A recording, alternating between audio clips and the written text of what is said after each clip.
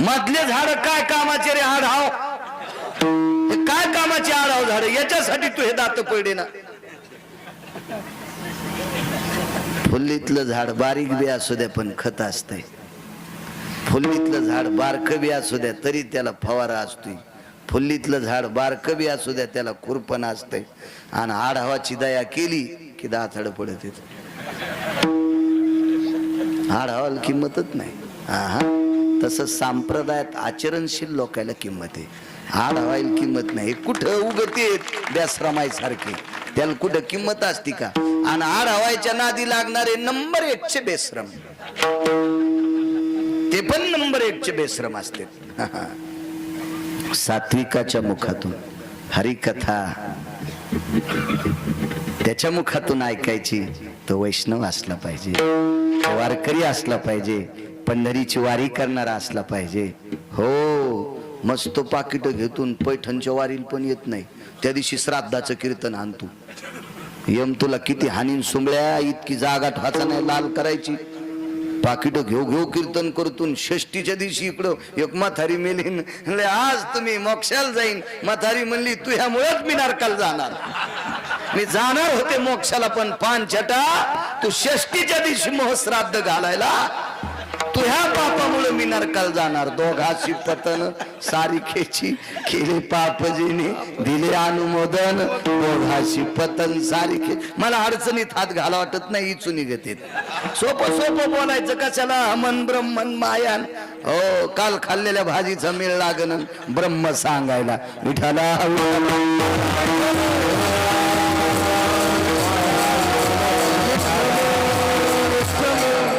संप्रदाय करण्यासाठी तात्विक लोक लागतात, जातीत समान नाही.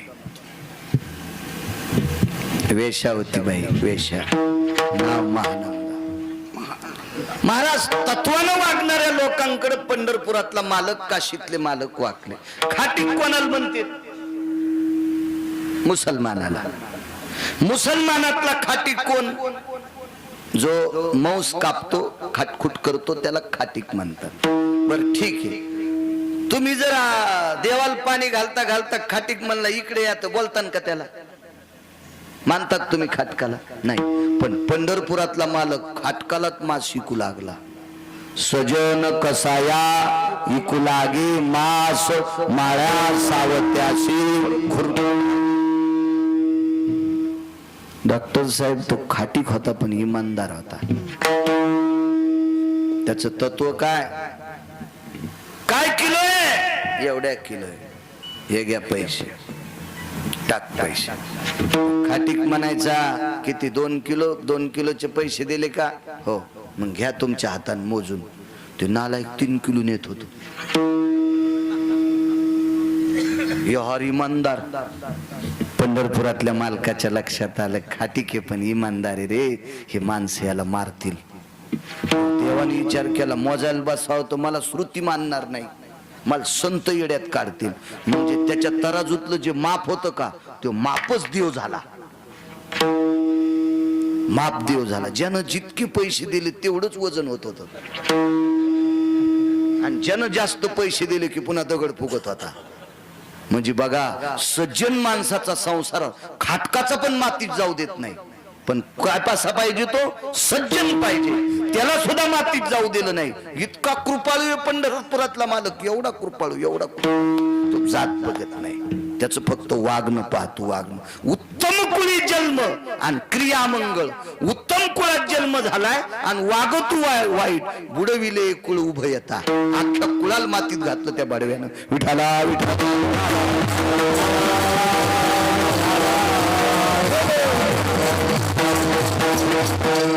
परमार्थ कमी, दुसऱ्याचेच वाभाडे काढतो. तुला कोण सांगितलं उकांडे उकरायचे? काय गरज आहे तुला ते उकांडे उकरण्यावर? तुम्हाला एक सांगू का, दुसऱ्याचं इचकीनं या लोकायला कालांतराने बायकोचे कपडे धुवायची वेळ येत असते. हा, म्हणून दुसऱ्याचं नाही इचकायचं. आपण हिचकायचं असेल तर पंढरीतल्या मालकाचं हिचका, हिचकायचं असेल तर अष्टादश संतांचं हिचका. निंदात्वा स्तुती करावी देवाची आणि कीर्ती मानवाची गाऊ नये किंवा वर्णू नये. हेवा नालायक लोकांचं हिचकिण्यात आपला अमूल्य वेळ कशाला मातीत घालायचा? विठाला.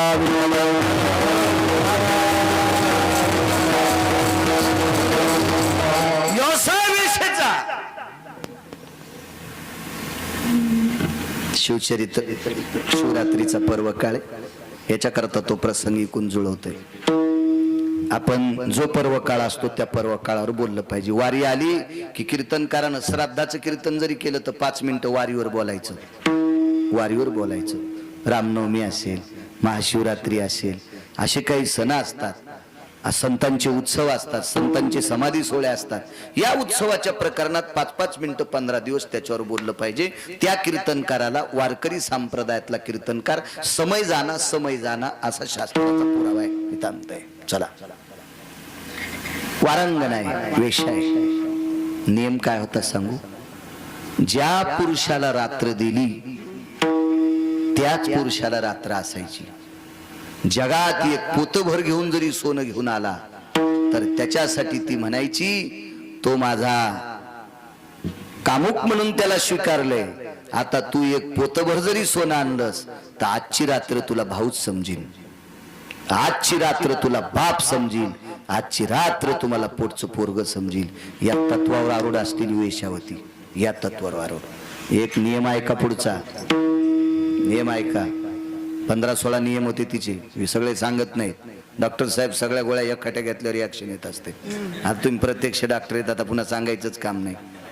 सगळ्या गोळ्या एकखट्या हे सांगत असते. एक दुपारी घ्या, रात्री घ्या, जेवणाच्या अगोदर एक घ्या, जेवण झाल्यावर घ्या. आणि जर पेशंटनं सगळ्याच उकलल्या सगळ्यात मधात टाकले तर पुन्हा जाणं डॉक्टरकडे. आहे की रिॲक्शन येईन का नाही? म्हणजे सगळे नाही नियम सांगत, 1-2च ऐका ना. हो. पुन्हा एक नियम होता. सूर्यास्ताच्या अगोदर जर कोणी दारात आला आणि त्यानं काम तृप्त करण्याची इच्छा केली तर त्याला तिचं दार उघडं असायचं. सूर्य मावळल्याच्या नंतर त्रिभुवनाचा राजा जरी आला तर त्याला म्हणायची दारात थांबायचं नाही. सूर्यास्त झाला, सूर्याचं बिंब मालवलं की तिने एक आंघोळ करायची आणि स्नान करून तुळशीची माळ हातात घ्यायची. आणि ती माळ हातात घेतल्याच्या नंतर पंढरीतल्या मालकाचं नामस्मरण, बोरेश्वराचं नामस्मरण म्हणजे काशीतल्या मालकाचं नामस्मरण ती नाचून करायची, नाचून करायची, नाचून. आणि एक विरंगुळा म्हणून तिनं जीवनात 2, एक पक्षी आणि एक पशु पाळला. गुणगायी आवडी सांगतोय. शिवरात्रीचा पर्व काळ आहे. पशु पाळला वानर, माकड होतं एक, आणि पक्षी पाळलं कोंबड. एकच कोंबड आणि एकच माकड. चांगल्याच्या सानिध्यात राहिलं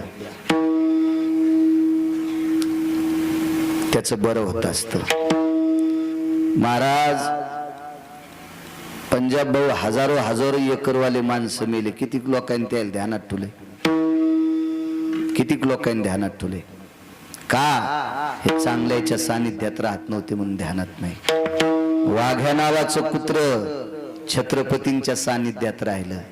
आज चंद्र सूर्य येतोपर्यंत इतिहासात वाघ्या कुत्र्याचं नाव आहे दादा पाटील. का? ते कुत्र चांगल्याच्या सोबत होत म्हणून संगत सज्जनकी करले.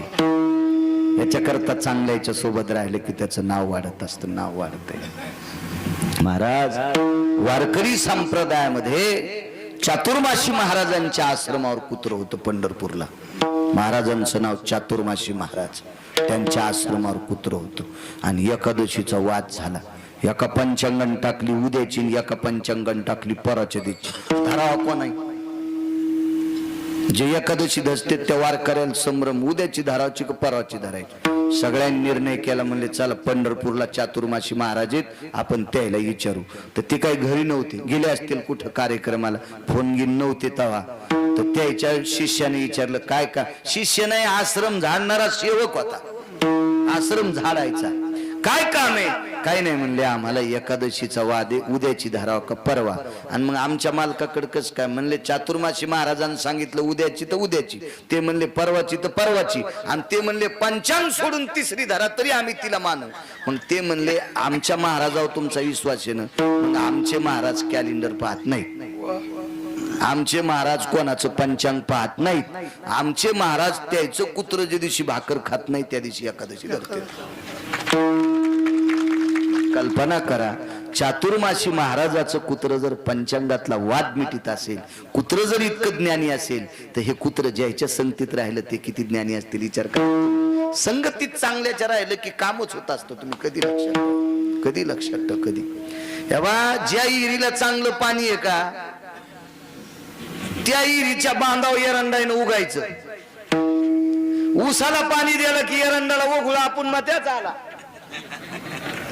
पण एरंड हाटलेल्या विहिरीच्या भोवताला उगते, तिच्याच छापी भिजायला पाणी नाही. तुला काय सुमल्या, तिचाच मेळ नाही. तुला काय नाही तर एरंडाला पाणी दिलं की ओघळू एरंडाला जातोच. ऊसाला पाणी दिलं की आपण मग त्यात मोठ्याच्या सानिध्यात राहिलं की होत असतं. बघा, माकड आणि कोंबडं पाळलं. डोळे झाकून हातात माळ असायची आणि हातात माळ घेऊन मोठ्या आवडीनं भजन करून पदन्यास करायचे. पदन्यास म्हणजे नृत्य. महानंदा लोकात नाचली नाही, महानंदा चौकात नाचली नाही, महानंदा पटांगणात नाचली नाही. हो, माणसाय देखता बाई भागवतात जरी नाचत असेल तरी पापच. कुलवान घराण्यातल्या बाईनं नाचताना आपली पाठ पुरुषानं पाहिलं की ती अख्ख्या कुळाला भ्रष्टता पाप असते, असं पुराण सांगते. गिरगावचा बाळ्या नाही पावे पुराणी विचार. बायकांनी भजन करताना नाचायचं, पण तुम्ही तुमच्यात तुम्ही असल्या पाहिजे. त्या मंदिरात फक्त तुम्हीच असावा तर पदन्यास करायचा. पदन्यास म्हणजे नाचणे. शास्त्र आहे त्याच्या पाठीमागे. आणि तुम्हालाही सांगतो, नाचताना स्त्रीची पाठ ज्या पुरुषांनी पाहिली त्याचं वाजलंच. 250 मशाली होत्या दादा पाटील. 250 मशाली एक जणाच्या घरी, लोखंडाच्या नाही, 1.5-2 2.25 किलोची एक मशाल. अशा 250 होत्या. उजेडासाठी मशाली गावरान तुपात जळत होत्या. आणि 2 बायकाची नाचताना पाठ पाहिली. मरताना कांदान भाकर पण नाही भेटली. असंच मेलं थत्तरवरे करून. मी नाही ते, मी असं केलं म्हणजे मला समजतात काय, ते मेलं ते. पाठ पाहिली पाठ. हो, माझ्या रयतेच्या राजाला आवडत नव्हतं स्त्रीनं नृत्य करणं. आवडत नव्हतं. कुलवान स्त्रिया ज्या घरी, कुल स्त्रिया राज्य राणी व संपत्ती. आमची इथे एक भागवतकार आला आणि त्यानं बयाला उभं केलं. हा नाचा. महाराज आहेत ना, यायचे मोठे बंधू म्हणले, महाराज आमच्या बाया ते दिवशी नाचत्याल, तुमची बायको घेऊन या इथं. म्हणजे तुमची कशी नाचती तसं त्या नाचत्यान. यायला अजून नाचायचं माहीतच नाही ना. आणि मग तुमची मंडळी त्याला शिकीन. 7 दिवस थोत्तरच वरी केलं नाही भागवत्यानं. 7 दिवस खाली तोंड करूनच भागवत वाचलं. पुन्हा काय त्याची मायवेली वरी तोंड करायला. अरे संप्रदायात विष पेरू नका, नरकाल जाताना. विठाला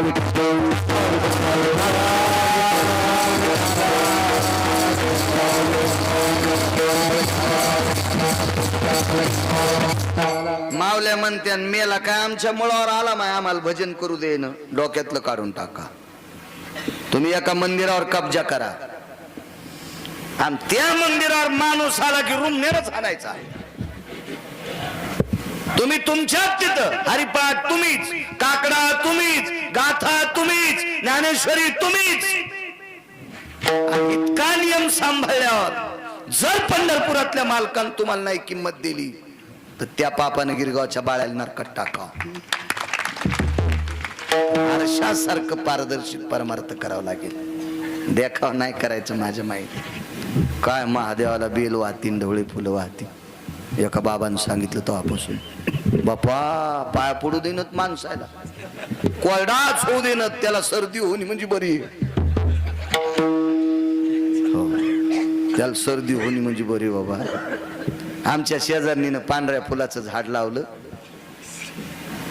आणि ती बाई बिचारी 6ला उठती. मोठा व्यापनं तिच्या पाठीमाग 6ला उठती आणि 3:30लाच शेजारीनं आली चट फुलं तोडून नेले. म्हणजे शिळीचाच अवतारण, शिळीचाच अवतार पिराला सोडलेली. हो, फुकट फुलं तोडले महादेवावर वाहिले. म्हणले महाराज कशी झाली पूजा? म्हणलं चांगले दगड टाकलेस महादेवावर. बयान फुलं आहेत. म्हणलं चोरून आणले होतेस ना. पाणी 3 घातलं तो सकाळी 3ला चोरलेस ना. देवाच्या अंगावर दगड टाकले इतकं पाप लागते. दगड नियमाच्या चौकटीत वागायचा. आपण महादेवाला बेल किती वाहतो, पांडुरंगाला मंजुळा किती वाहतो, त्याच्यापेक्षा घरातल्या लोकांना किंमत किती देतो ते पहा. हो, मला कीर्तनाला लवकर जाच. आमच्या घरी बी ती लोन आलो. पाटत ती पिशवी ते तांब्यान गिंब्यान. म्हणलं मै आंघोळ झाली आणि लांब जायचं तिकडं पोधनपशी. मला 2 पोळ्या जरशा आणि चटणी बांधून दी. बाई मी निघाले आता, आजच्या दिवस दाखवा. नाही म्हणलं तुला महादेवाच्या मंदिराच्या पायरीला जरी खडा करून पुरलं तरी तुला मोक्ष नाही. गळ्यात शपथ, माय बायको इतकी दाद नाही. तुम्हाला राग येईन म्हणून मी तिचं नाव, पण गळ्यात शपथ तुमचंच सांगायलो इतकी दाद नाही. मग इतकी दाड असलं मी रामदेव बाबाच्या आश्रमात गेला असतो. जय बम बम बोले म्हणला असतो तू हा कारभार.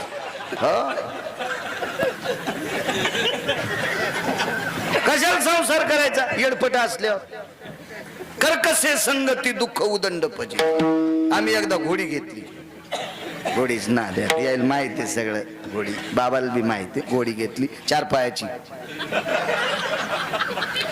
घोडी घेतली. घोडी पहिली चाल, दुसरी चाल, तिसरी चाल, 3ही चाल. गॉन साहेब तिसरी चाल कोणती? 45 ते 55 51 ची स्पीड मोटरसायकलची. तिच्यावर पठ्ठ्या बसला. तर तर तर तर घोडी. नाहीत काय काय घोड्या पळत आहेत. पण 4थ्या दिवशी बसणाऱ्याला अस्थिरोग तज्ञाकडे जावं लागते.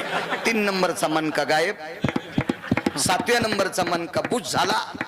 अशा काय आमच्या घोडील 3ही चाली होत्या. मी त्याला 11,000 रुपये इनाम द्याला. आपल्याला काय देवीचं तेल देईल आणि भोते आला गाईला. मला कुठे लगे आऊत आणून द्यायचे होते. पन्हाळा वाटा आलं, मोरी वाट गेलं. काय त्यांना आपण देऊन टाकले त्याला 11,000. पण रानात गेल्यावर भाऊ कळालं या घोडील 4थी चाल होती. ती चलती चांगली. मधली चाल, पहिली चाल, तिसरी चाल. पण लोंब कळलेल्या बोरी घालून जात होती. आणि म्हणलं अवघडच तोंड आपलं तोंडच वर पडायला लागली. गण लागा माकडीला पण आखडत न. शेवटी मला उडी टाकावं लागली. गेलीच बोरी खालून. वैकुंठवासी बापसाहेब मालक म्हणायचे, आईंदळ घोडीशे पायंदळ भाला. आईंदळ घोडीशे पायंदळ भाला ना अवकुशळ बायकोशे रांडका भाला. कशाला बाबा कुठं ना आगाव फना आहे का नाही? तशा घोडीवर बसल्यापेक्षा पायी गेलेलं बरं ना. आणि कर्कशे संगम संसार केल्यापेक्षा एकटं राहिलेलं बरं. विठ्ठल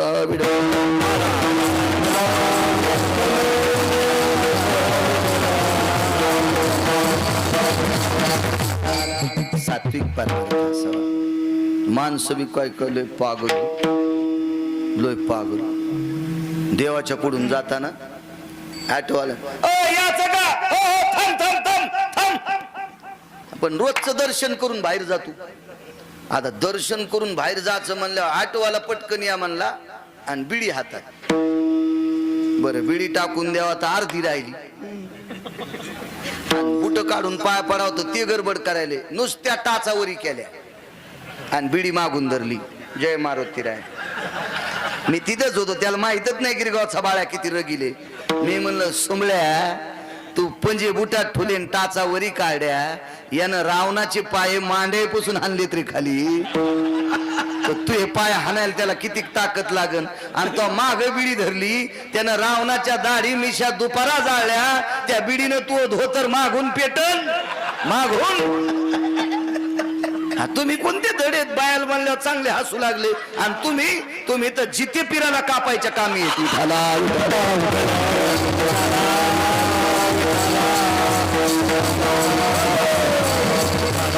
वागणं गोड असं वागणं काय खरं. आज माणूस आमच्या इथे गात होता. बाबा बाबा बाबा 3 गावचे माणसं याचं त्याचं ऐकायला.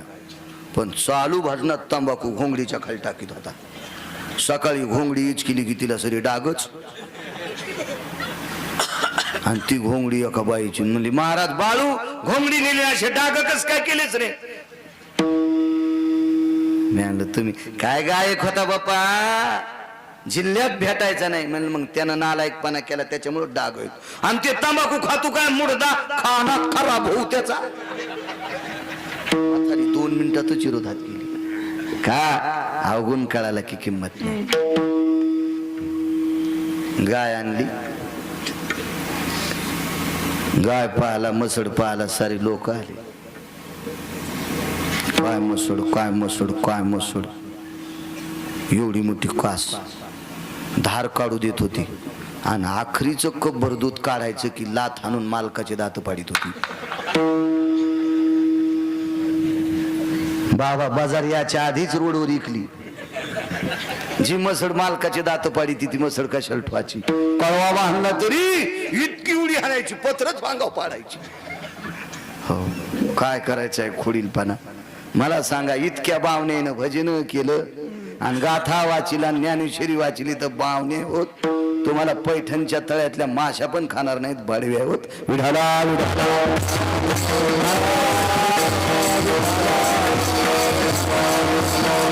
वागणं चांगलं पाहिजे. ज्याचा परमार्थ निष्पाप देवाला ती आवडत असते. वेशबाई सूर्यास्त झाला की स्नान करायचं हातात माळ. भगवान विष्णूचं भजन, भगवान बोरेश्वराचं भजन आवडीनं आवडीनं एकांतात दार लावून नृत्य करायचे. मालकीन इतकी भजन नृत्य करते, नाचून भजन करते. वानर नाचू लागलं. दादा पाटील वानर नाचू लागलं, कोंबडं नाचू लागलं. काय अक्कल असते बाबा कोंबड्याला. कोंबडं नाचायचं. सेवा करायला सकाळी बाई यायची. त्या बाईने विचारलं, माय तुमच्या पूजेच्या घरात रक्ताचे थेंब कसे काय सापडतात. नाचून नाचून वानराचे पाय फुटायचे, नाचून नाचून कोंबड्याचे नख तुटायचे आणि रक्त पडायचं. पण मालकीन जोपर्यंत भजन मरती तोपर्यंत ते नाचित होते. तोपर्यंत काय संगत हो, संगतीची ताकद, संगतीची. आज धर्मनिरपेक्ष राजा जाऊन किती वर्ष झाले, महाराणा प्रताप जाऊन किती वर्ष झाले. आजही चंद्र सूर्य तोपर्यंत विशाल नावाच्या घोड्याचं नाव, चेतक नावाच्या घोड्याचं नाव निघत राहणार. का? चांगल्या माणसाच्या सानिध्यात घोडा होता. छत्रपती शिवाजी महाराज जाऊन, रयतेचे राजा जाऊन किती वर्ष झाले, पण आजही कृष्णा नावाची घोडी आणि विशाल नावाचा घोडा हा छत्रपतींचा होता असं म्हणणार लोक. मोठ्यांच्या अधिकाऱ्याच्या संगतीत गेलं की माणूस मोठा होत असतो. आपण मत आहे तो जरी किती लहान होण्याचा प्रयत्न केला तरी तो होत नाही, तो होत असतो मोठा. संगतीची ताकद आहे. सौंदडीला ना आपट्याला सगळ्या शेळ्या खात्यात. सौंदडीच्या झाडाला आणि आपट्याला सगळ्या शेळ्या खात्यात. पण या सौंदडीने ना आपट्याने एक सण आपलासा केला. त्या सणाचं नाव दसरा. मग दसऱ्यानं यायला आपलंसं केल्याबरोबर हे सिरपेज म्हणून चमकल्या. सौंदड आपटा रान चारा, तो तर दसऱ्याचा तुरा. शेपुड्या मेंढ्याचा चारा येतो. पण दसरा सण आपलाचा केला त्या दिवसपासून डोक्यात जाऊन बसली सौंदड आपटा. मोठ्याच्या संगतीत गेल्यावर शेळ्याचं खाद्य सुद्धा शिरपेच झालं, मेंढ्याचं खाद्य पण शिरपेच झालं. का? संगतीत आपण कोणाच्या आहे. फार मोठी ताकद असते संगतीची. महाराज भजन करणाऱ्या बाईच्या संगतीत वानर आणि माकड. एके दिवशी दिवस माळाला, दिवस माळाला. स्नान आटपलं, तुळशीला पाणी घातलं, भगवान शिवशंकराला पाणी घातलं, बेल व्हायला पांढरी फुलं समर्पित केले, शिवजीच्या पिंडीवर डोकं ठेवलं, प्रदक्षिणा केल्या, रुद्राक्षाची माळ घेतली. नमः शिवाय ओम